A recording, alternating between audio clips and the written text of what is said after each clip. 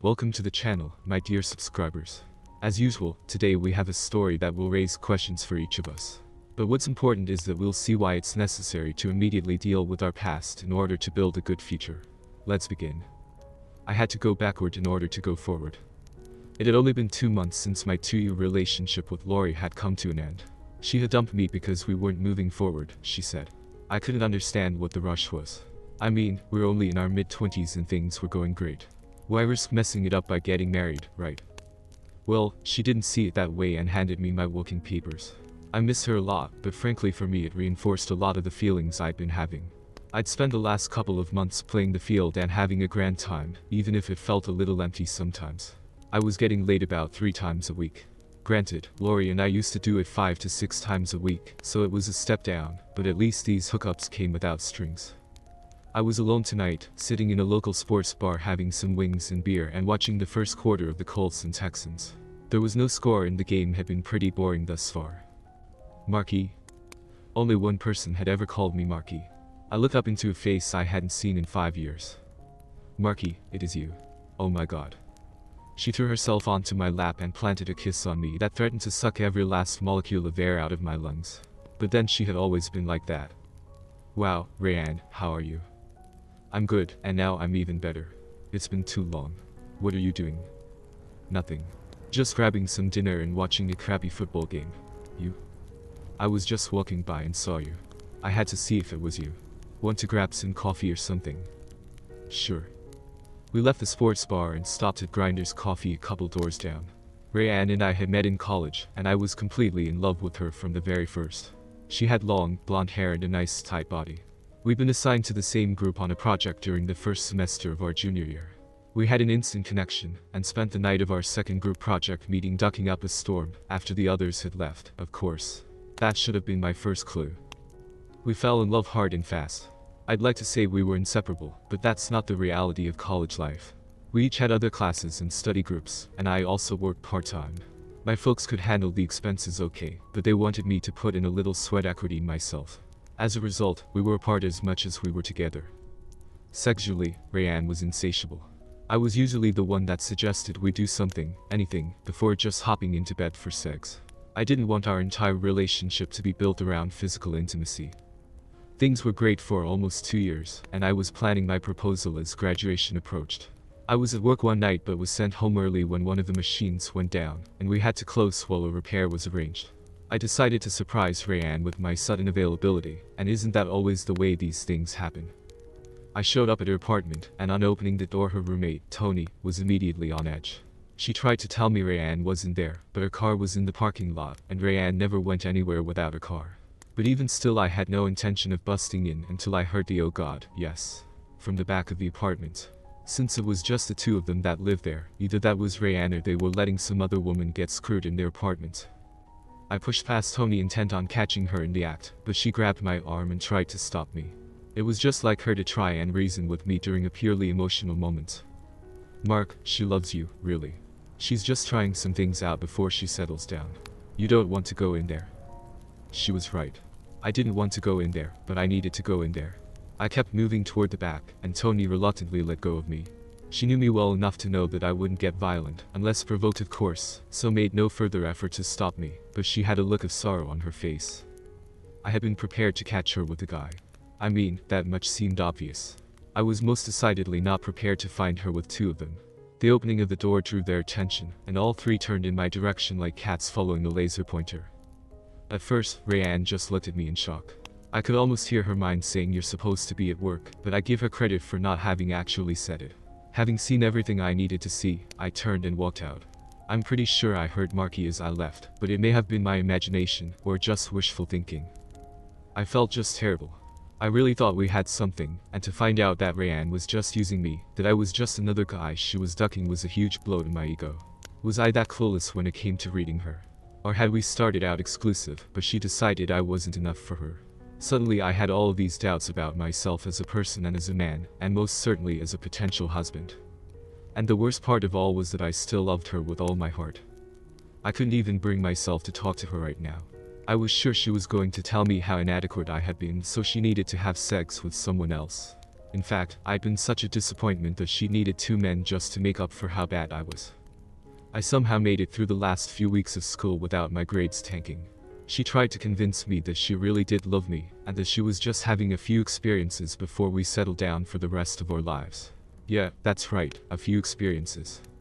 In the interest of complete honesty, she completely tore out whatever shred of dignity and self-esteem I had left, by letting me know that she had been ducking around on me for 6 months, but they were all what she considered extraordinary opportunities. Basically, she wanted to experience all of these things in her life, and she couldn't do it once she got married. Ergo, she had to do them all, or at least anything she was sure I wouldn't go for, before tying the knot. Most, but not all, consisted of multiple people at a time. One that didn't was a visit to her local adult bookstore, and one of their glory holes. That one fulfilled her desire for an anonymous sexual encounter. She had no idea who was on the other side of that wall, and thinks there may have been more than one because she didn't think one guy could recover so fast. You see, after sucking off one guy, and swallowing what he had to offer, though that was common enough for her, another hard stick was through the hole immediately, so she thinks it was a different guy. This one she strapped a rubber onto and then backed up against the hole and ducked it until the guy filled the rubber. She says she never came, but she was glad to have the experience. In fact, she admitted, the threesome that I walked in on was actually one of the milder of her adventures. She'd also pulled trains, did a glang-glang, and even participated in a 6-woman lesbian orgy, even though she had never once expressed an interest in other women to me. She says that one was fun, and she was already trying to figure out how to get me to allow another woman into her bed. Oh, for her to play with, not me. She just couldn't handle that, she said. When all was said and done, she insisted it was out of her system, and she was ready to be my loving, faithful wife. Of course, by this time my self-esteem and self-respect was totally shot, as was my trust in her. Even though I knew it was the right thing to do, for many reasons, it was still one of the hardest things I've ever done. I was still struggling with my feelings of self-worth. I fell into a depression that I continue to struggle with regularly. And now here she is, 5 years later, and looking just as beautiful and sexy as she ever did, and suddenly none of that mattered. She had no rings on, I checked, and I was single again. Just seeing her again brought back all of those feelings of love I had felt for her when we met, and I was anxious to find out if she truly was ready to be a faithful wife.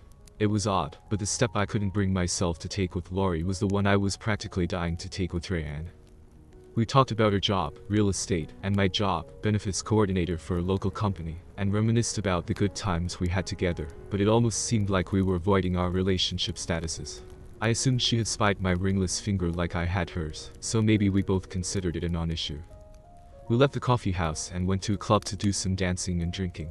The intervening years had not dampened her energy or her sexuality. She had me as hard as a rock all night long, and even copped a few feels as the evening wore on. More than one guy asked her to dance when we were taking a break, and she shot every one of them down.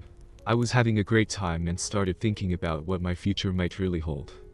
It was nearing 10 p.m. when she took my hand and slid it up under her skirt. Feel the heat I'm giving off, baby. You need to take me back to your place and duck me.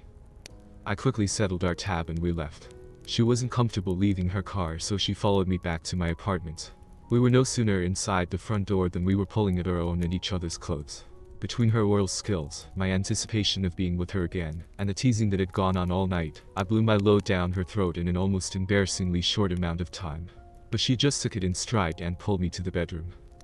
She had always been assertive, and tonight was no different. Over the next few hours we hit every position I could think of. Rayanne came countless times and I managed 3 more myself, the last as I was plunging into her peach. Finally, completely spent, we rolled over and nodded off. I woke up to Rayanne moving around my bedroom. She was finishing getting dressed and gathering her things. She was trying to be quiet, but smiled when she saw me sit up. She sat down on the end of the bed, her purse in hand. I need to be getting home. Can't you stay? She smiled at me as she reached into her purse. I guess I shouldn't have been surprised to see her sliding the rings onto her finger, but I was. I can't. My husband doesn't like me to stay out all night. You're married? Yep. 3 years now. But what was this? I thought. She reached out to me tenderly, taking my hand in hers. This was just sex, baby. Look, Marky, the truth is that I'm a slut. I was a slut before I met you, I was a slut while we were together, and I've been a slut ever since. I just happened to find a husband that doesn't mind. In fact, with any luck he spent the night with some hot tie himself. I don't understand. Look, Carl and I are more good friends than we are in love. We hooked up one night and hit it off, so we got together a few more times. Neither of us were cut out for monogamy, but we got real close and decided to get married. I don't love him like I loved hell, like I still love you. But when I get home after ducking some guy, it makes me feel better that there's someone there for me. Do you guys ever have sex? Oh yeah. I get probably half of my sex life from him. Marky, the truth is that I just love having sex with new guys. I loved you so much back then, and I couldn't even stay faithful to you, though I sure did try. I made it a whole year before finally giving in, but once I did I couldn't stop. I had hoped I could hide it from you so we could stay together, but I realized that you would have found out eventually. I'm so sorry for that. I was selfish and didn't want to lose you. Thank you for tonight, Marky. You'll never know how much it means to me. She leaned into me and gave me a kiss on the cheek. I left my number on your dresser. You're the best I've ever had and would love for us to get together again, but I know you may not go for that. I'll be disappointed if you don't call, but I'll understand. I love you, Marky. I always will. With that she walked out of my bedroom, and moments later I heard the front door shut. I just sat there in disbelief at this unexpected turn of events. Here I was thinking we might end up getting back together, being flooded with all of these feelings, and I was just a hard stick. I climbed out of bed and stripped the sheets, not wanting to smell the sex all night. I tossed them into the washer section of my washer-dryer combo and then climbed into the shower. I had an urge, maybe even a need, to rid myself and my surroundings of any trace of Rayhan. As I dressed I noticed a piece of paper with her phone number on it. I picked it up and studied it for a minute, then came to a decision. I picked up my phone and dialed. The phone rang twice before a sleepy voice answered. Hello? Lori, it's me. Mark. Jesus, do you have any idea what time it is? Yeah, it's like 3 a.m. Are you alone? There was a pause and then a sigh. That's not really your business anymore, Mark. You're right, I'm sorry. All I meant was I didn't want to interrupt anything you might be in the middle of. Another sigh. Yes, Mark, I'm alone. What did you want? Can I come see you? We've only been split up for 2 months, Mark. I don't think that would be a good idea right now. Please, Lori. Mark, why don't you call me tomorrow, and maybe we can set something up so I can be in a better place, okay? Yeah, sure, okay, whatever. I'll call you later. I ended the call, feeling even worse than I had before. I'm not sure what would have happened if Lori hadn't called me right back. Hello? Is it that important, Mark? I think so. Okay, come on over. I'll put some coffee on. I went out to my car, and to be honest, I don't remember the drive over there. I had all sorts of things running through my mind, though mostly just what on earth I was going to say to her. As I pulled into the parking lot of her apartment complex, I knew what I was going to do. I knocked, then got down on one knee as she opened the door. Lori Ann Smith, will you marry me? She just stared at me for a minute. I think she was trying to decide if I was drunk, especially since it was now almost 3:30 in the morning, and I didn't even have a ring. I suppose it was probably foolish of me to hope that she'd immediately say yes and leap into my arms. At least she hadn't said no. Yet. Before I answer that, Mark, we apparently need to talk. Come inside and sit down. I took a seat on one end of the sofa, and soon had a cup of coffee in my hands. Lori sat in the chair opposite me. She had her long, straight black hair pulled back in a ponytail, and was wearing her light pink terrycloth robe. I could see the bottom of one of her nightshirts peeking out. I wondered if she still slept without panties.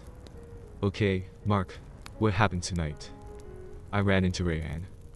The same Rayanne that cheated on you in college. Yep.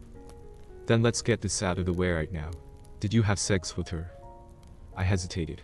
I wasn't proud of what I had done, being sucked into the orbit of the woman that had all but destroyed me. In fact, it was Lori that did most of the putting me back together, which made it even worse. Yes. I'm sorry. Why are you apologizing to me, Mark? You were a single man doing what single men do. It's the same thing you've been doing the last few months. I looked at her, shocked. Don't be so surprised. I keep getting reports, whether I want them or not. But I do have to wonder what you were thinking, considering how things ended the first time. I guess she made me feel terrible about myself. I felt like her cheating on me was her telling me what she thought of me, and for some reason I needed to get her approval, as stupid as that sounds. Did you get it? Sort of, I guess. She's been married for 3 years. That caught Lori by surprise. For the record, I didn't know that until just before we went our separate ways. She married a guy she likes, but she still loves me, but he's okay with her sleeping around because he does it too. So they have an open marriage. More like a marriage of convenience. It's like they're together just to have someone. That's sad. All of these years I thought it was me. I thought I wasn't man enough to keep a woman happy, and all this time it was her, not me. I had convinced myself that I was a guy that women would cheat on. I was so scared that it was just a matter of time until... Jesus, Mark, I would never do that to you. Is that why you never committed to me? To us? I'm pretty sure, I said as I nodded my head. I was scared to be hurt again, but even more than that, I was scared to disappoint you. Lori got on her knees in front of me, clutching my hands in hers. Baby, I love you. You can't imagine how nice it was to hear her call me baby again. I knew exactly what I was getting with you, and I was thrilled beyond my wildest dreams.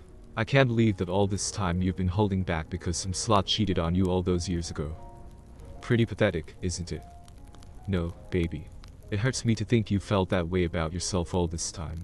Listen to me, Mark. You're a wonderful man. You're going to be an amazing husband and father. Any woman would be lucky to have you. But I don't want just any woman, Lori. She stood up and walked to the other side of the room and just stood there for a minute. She had her back to me, so all I could do was wait. Suddenly she turned toward me. Yes.